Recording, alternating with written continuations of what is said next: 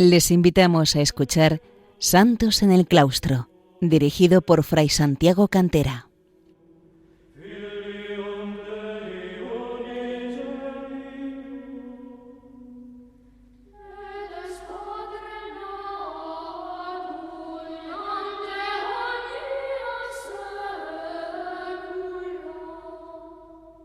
Bienvenidos, queridos oyentes de Radio María, a un nuevo programa de Santos en el Claustro, en el que entre mi hermana Margarita y yo vamos viendo la vida de diversos santos y santas que han brillado en la vida monástica desde el siglo IV en sus inicios hasta nuestros días, e incluso con algunos precedentes anteriores y precedentes bíblicos, como hemos hecho ya, tanto en Oriente como en Occidente, y en las dos modalidades principales de la vida monástica, la anacorética, eremítica o solitaria, y la cenobítica o comunitaria, y también las formas mixtas. Por mi parte, vengo dedicando varios programas a algunos santos que no pertenecen a la Iglesia Católica, sino a la Iglesia Ortodoxa. Desde hace algún tiempo he dedicado varios programas a santos monjes de la Iglesia Ortodoxa, que en un caso de deseable unión, de deseable vuelta a la unión de todos los cristianos de Oriente y Occidente, sus vidas serían también fácilmente asimilables para nosotros los católicos y fácilmente venerados desde el primer momento. Hoy me quiero referir a otro santo ruso. He tratado a varios santos rusos ortodoxos. Me refiero a San Teófano el Recluso, o Teófanes el Recluso, que fue obispo de Vladimir y Tambov en el siglo XIX y se retiró los últimos años de su vida a vivir en perfecta reclusión, es decir, como solitario en una celda en el monasterio en el que marchó los últimos años de su vida. Teófano o Teófanes el Recluso ha sido bien conocido por Jaritón de Balam o de Balamo, uno de los principales monjes de tiempos recientes y de un monasterio que hoy al norte de Rusia, en el lago Ladoga, ha adquirido una fama internacional por el canto de sus monjes y por la espiritualidad que allí se vive. Se le llama el Athos de Rusia o el Athos del norte de Rusia, por referencia al monte Athos, tan singular y tan significativo dentro del mundo ortodoxo en Grecia. Teófano o Teófanes el Recluso fue conocido en el mundo con el nombre de Georgi Vasilievich Goborov, es decir, Jorge, hijo de Basilio Goborov, de la familia Goborov. Nació en Chernavsk, cerca de Orlov, en la antigua provincia central o gobernación de Viatka en el Imperio ruso. Su padre era sacerdote de parroquia y, como muchos hijos de sacerdotes en la Rusia prerrevolucionaria, fue también destinado al sacerdocio y enviado a un seminario para realizar sus estudios. Como hemos señalado ya, en el mundo oriental, incluso también en el mundo católico, los católicos de rito oriental, los greco-católicos, los sacerdotes pueden casarse, pero tiene que ser antes de recibir la ordenación sacerdotal. Si han recibido ya la ordenación sacerdotal, no se pueden casar, y los monjes nunca se casan. Pues él era hijo de un sacerdote casado y fue enviado al seminario para realizar los estudios. Ya pronto se vio sus cualidades y también las disposiciones de su carácter, de un carácter bondadoso y un carácter tendente a la contemplación. Sus maestros lo describen, de hecho, como atraído por la soledad, dulce y silencioso. Después de haber pasado por el seminario, estuvo durante 4 años formándose en la Academia de Teología de Kiev entre 1837 y 1841. Había nacido en el año 1815, muy poco después de la invasión napoleónica de Rusia, que fue uno de los puntos donde el imperio napoleónico habría de morir. Rusia y España, uno de los dos puntos de mayor resistencia frente al imperio napoleónico. Había nacido en 1815, decimos, fue al seminario y en la Academia de Teología de Kiev estuvo entre 1837 y 1841.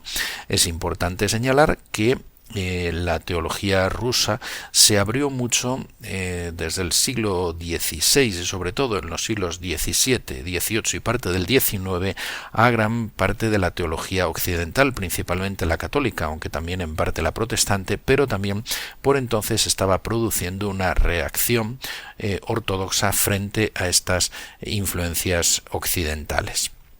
Allí, en la Academia Teológica o de Teología de Kiev, conoció la vida monástica gracias al contacto que mantuvo en Kiev con Petcherskaya Laura, con la Laura de Perchesk o de las cuevas o las grutas.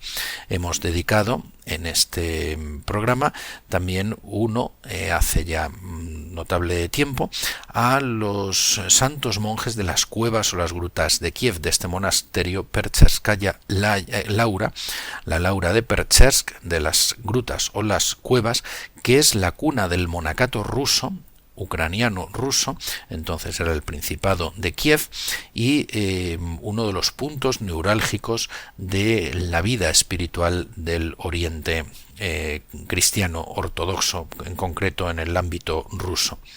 Y allí se dispuso, bajo la dirección de un starets, de un maestro espiritual, de un padre espiritual, en concreto el abad o igúmeno de la comunidad, el padre Parteno. Cuando se licenció, obtuvo su diploma de estudios teológicos, Teófano o Teófanes hizo los votos monásticos y fue ordenado sacerdote. Era inteligente, amante del estudio, llegó a ser profesor en el seminario de Klonets y más tarde en la Academia de San Petersburgo, es decir, fue hasta el norte de Rusia, a la Academia de San Petersburgo, para ser allí profesor. Durante 7 años, entre 1847 y 1854, estuvo en el Próximo Oriente, especialmente en Palestina, sirviendo en la misión espiritual rusa. Es cierto que el mundo ortodoxo no ha sido muy abierto a las grandes misiones, pero sin embargo, en el siglo XIX, los rusos se lanzaron a la misión evangelizadora, al apostolado, en los amplios territorios del imperio, fundamentalmente extendiéndose hasta toda la Siberia, hasta el extremo oriental de Rusia, el extremo oriente, el extremo de Asia, y llegando también a Alaska, que fue rusa hasta que se cedió a los Estados Unidos, se vendió. También en la zona del Próximo Oriente los rusos trataron de tener una misión en relación fundamentalmente con los santos lugares, y más tarde y a día de hoy las misiones rusas se extienden de un modo importante por el África, grandes partes del continente africano. Allí, en el Próximo Oriente, en Palestina y otras partes, conoció a la perfección el dominio de la lengua griega, y se familiarizó con los padres griegos, conocimiento del que habría de hacer buen uso más tarde, como veremos. De retorno a Rusia, fue nombrado rector de la Academia de San Petersburgo, de la Academia Teológica de San Petersburgo. Y en el año 1854, 5 años después, había sido nombrado rector de la Academia de San Petersburgo después de estar en la misión en 1854, pues en 1859 fue promovido al episcopado y sirvió como obispo primero en Tambov y más tarde en Vladimir. Sin embargo, él, como dijimos antes, se sentía mucho más atraído por una vida de oración y de soledad que por la existencia activa que exigía la administración de una diócesis. Y así, en el año 1866, 7 años después de haber sido ordenado obispo, de haber sido consagrado obispo, de haber accedido al episcopado, dimitió del cargo, renunció a él y se retiró a un pequeño monasterio provincial en Vishem, el monasterio de San Miguel Arcángel. Allí permanecería hasta su muerte, acaecida en el año 1894, por lo tanto 28 años después, casi 30 años después. Y tomaría al principio parte en los servicios de la iglesia del monasterio, pero a partir de 1872 quiso permanecer estrictamente enclaustrado como un recluso no saliendo jamás y no viendo a nadie, salvo a su confesor y al superior o igúmeno, el starets, igúmeno del monasterio, el abad del monasterio o igúmeno, quedando así en la reclusión como monje recluso en la celda. De ahí su nombre, San Teófano o San Teófanes el recluso o el nuevo recluso, en ocasiones se le ha llamado también.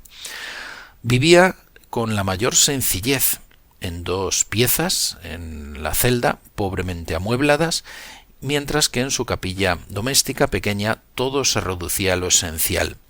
No existía el iconostasio, pieza fundamental en la liturgia rusa, en un altar ruso, y después de su reclusión celebraba la Divina Liturgia, en primer lugar los sábados y domingos, y luego durante los últimos 11 años de su vida todos los días. Pensemos que no siempre esto es diario, en la celebración de la Divina Liturgia, de la misa en el ámbito oriental, aunque sí suele serlo en los monasterios. Por sí mismo hacía todo el servicio, sin ayuda de ningún acólito, sin lector para las respuestas y, según la palabra de uno de sus biógrafos, que dice que estaba totalmente solo en silencio celebrando con los ángeles. Vamos a hacer una pausa musical escuchando a los monjes de Balaam o Balamo, al norte de Rusia, como hemos referido antes, el precioso canto restaurado que se remonta fundamentalmente al siglo XVII, el canto de los monjes de Balaam.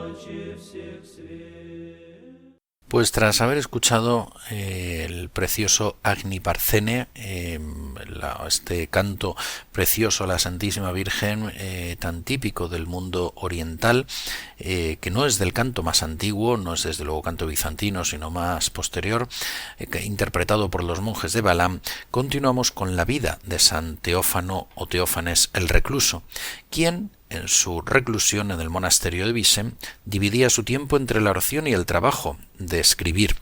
En particular pasaba varias horas cada día respondiendo la amplia correspondencia que le llegaba desde todos los rincones de Rusia, sobre todo por parte de mujeres que pedían su dirección, su paternidad espiritual. También pintaba iconos o íconos, y algo muy típico y muy querido en el mundo oriental, muy típico de los monjes, por esa veneración que hay a los iconos, y también hacía algunos trabajos de carpintería. Su vida era de lo más austera. Por la mañana tomaba un vaso de té con pan, hacia las 2 del mediodía un huevo, salvo los días de ayuno, y otro vaso de té, y por la tarde nuevamente té y pan. Puede decirse, y así lo señala Jaritón de Balaam, que entre todos los autores monásticos que escribieron en Rusia es probablemente el más cultivado. Se ha dicho de él que es imposible comprender la ortodoxia rusa a menos de conocer al célebre recluso. Se retiró a Visem y llevó consigo una biblioteca bien provista.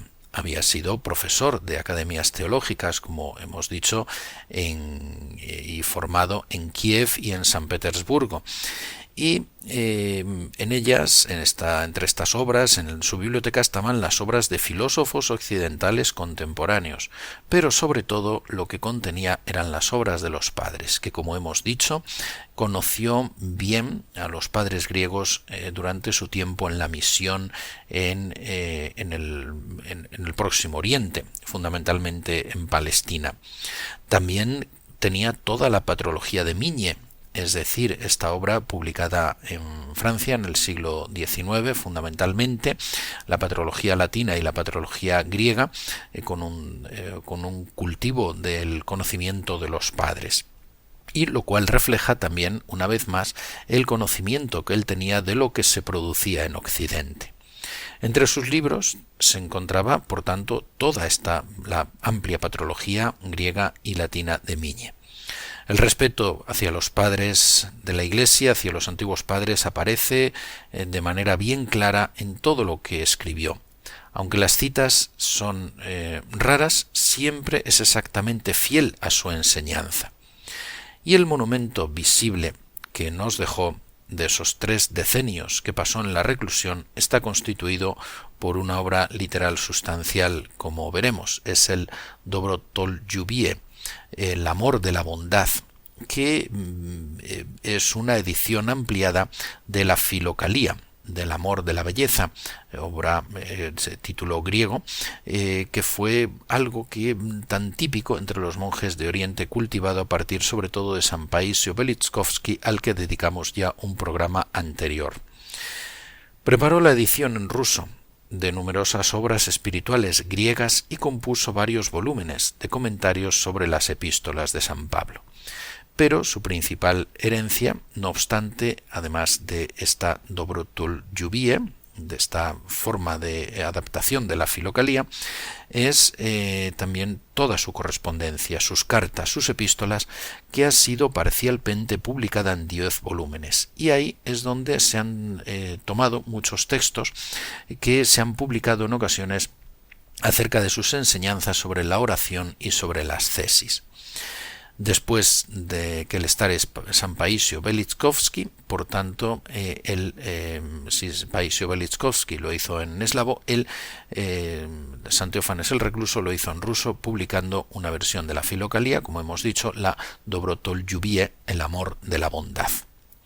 A pesar de su formación intelectual, San Teófanes tenía un don particular para expresarse en un lenguaje vivo y directo.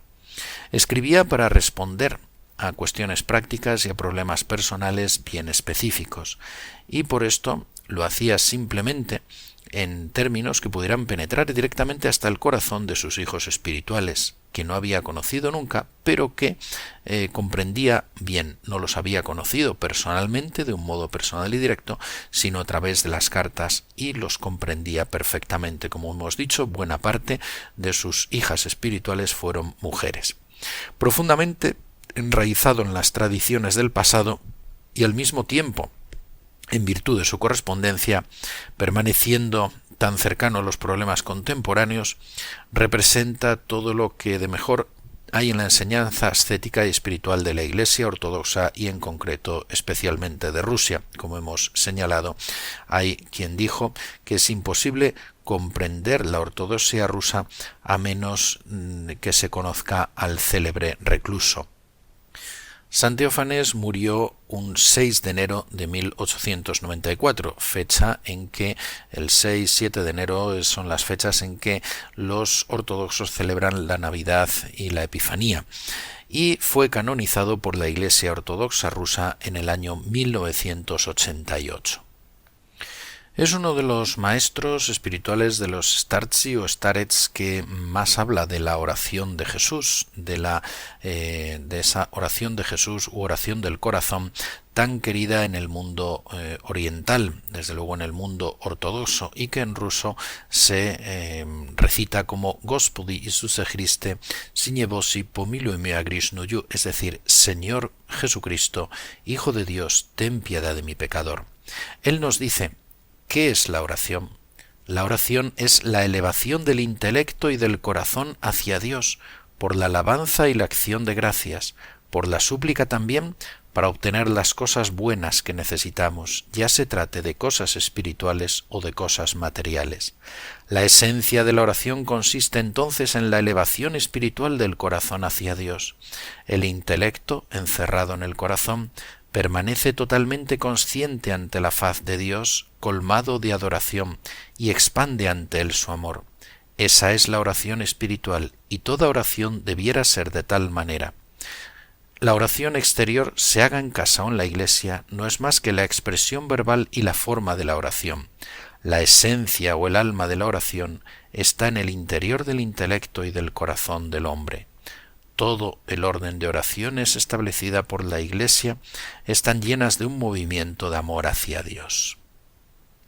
Recomienda en este sentido esa oración interior, en el interior del corazón, y una oración incesante conforme al mandato del Señor y al mandato apostólico de San Pablo, orad sin cesar. Señala que en la fuerza de la oración de Jesús es sobre todo porque se invoca el nombre de Jesús, nuestro Señor y Salvador. Pero es necesario, dice, el invocar ese nombre con una fe total y sin hesitación, con una certidumbre profunda de la proximidad de Dios, sabiendo que Él ve, que Él entiende, que Él escucha con extrema atención nuestra demanda y que se mantiene listo para responder a ella y acordarnos lo que buscamos. Para él, el fruto principal de la oración, dice, no es el calor y la dulzura, sino el temor de Dios y la contrición. Y no obstante desarrolla páginas preciosas acerca del calor que Dios concede al corazón orante, corazón orante al que el Espíritu Santo llena de un calor espiritual del cual, desde luego, San Serafín de Sarov, como vimos en el programa dedicado a ese insigne santo ortodoxo ruso, vivió en primera persona. Por eso nos dirá, debéis siempre guardar firmemente en vosotros el temor de Dios. Él es la raíz del conocimiento espiritual y de toda obra buena. Cuando el temor de Dios gobierna el alma, todo va bien, tanto en el interior como en el exterior. Esforzaos por encender en vosotros ese sentimiento de temor cada mañana antes de iniciar cualquier otra cosa. Luego continuará actuando por sí mismo como un reloj al que se le ha dado cuerda. En consonancia con todo esto, señala también cómo la oración de Jesús carece de valor si se dice mecánicamente, pero lo que hay que hacer es despertad en vosotros la sed de vuestra salvación y la certidumbre de que sólo nuestro Señor puede otorgárosla. Entonces recurrid a aquel a quien veis ante vosotros en pensamiento y decidle, Señor Jesucristo, Hijo de Dios, ten piedad de mí, o bien, oh misericordioso Señor, sálvame por el medio que conoces. No son las palabras lo que cuenta, sino vuestros sentimientos hacia el Señor. La llama espiritual que hace arder nuestro corazón por Dios nace del amor que sentimos hacia Él. Como Él es enteramente amor, cuando toca el corazón, lo enciende e inmediatamente el corazón de amor se abrasa de amor por Él. Es esto lo que debéis buscar. Que la oración de Jesús esté sobre vuestra lengua, que Dios esté presente en vuestro intelecto y que en vuestro corazón esté la sed de Dios, de la comunión con el Señor. Cuando todo esto haya llegado a ser permanente, el Señor, viendo vuestros esfuerzos, os acordará lo que le pedís. Concluimos aquí, por tanto, este relato de la vida y de algunos escritos de San Teófanes o Teófano el Recluso, monje ortodoxo ruso, obispo retirado a vivir una vida reclusa en el siglo XIX. Pidamos al Espíritu Santo que por intercesión de la Santísima Virgen se pueda alcanzar la deseada unión entre todos los cristianos de Oriente y Occidente de manera definitiva, viviendo en la caridad del Dios uno y trino al que adoramos tanto los cristianos de Oriente como de Occidente. Como saben, pueden escuchar el programa de nuevo en el podcast y, si lo desean, escribir a santosenelclaustro@radiomaria.es. Que Dios les bendiga.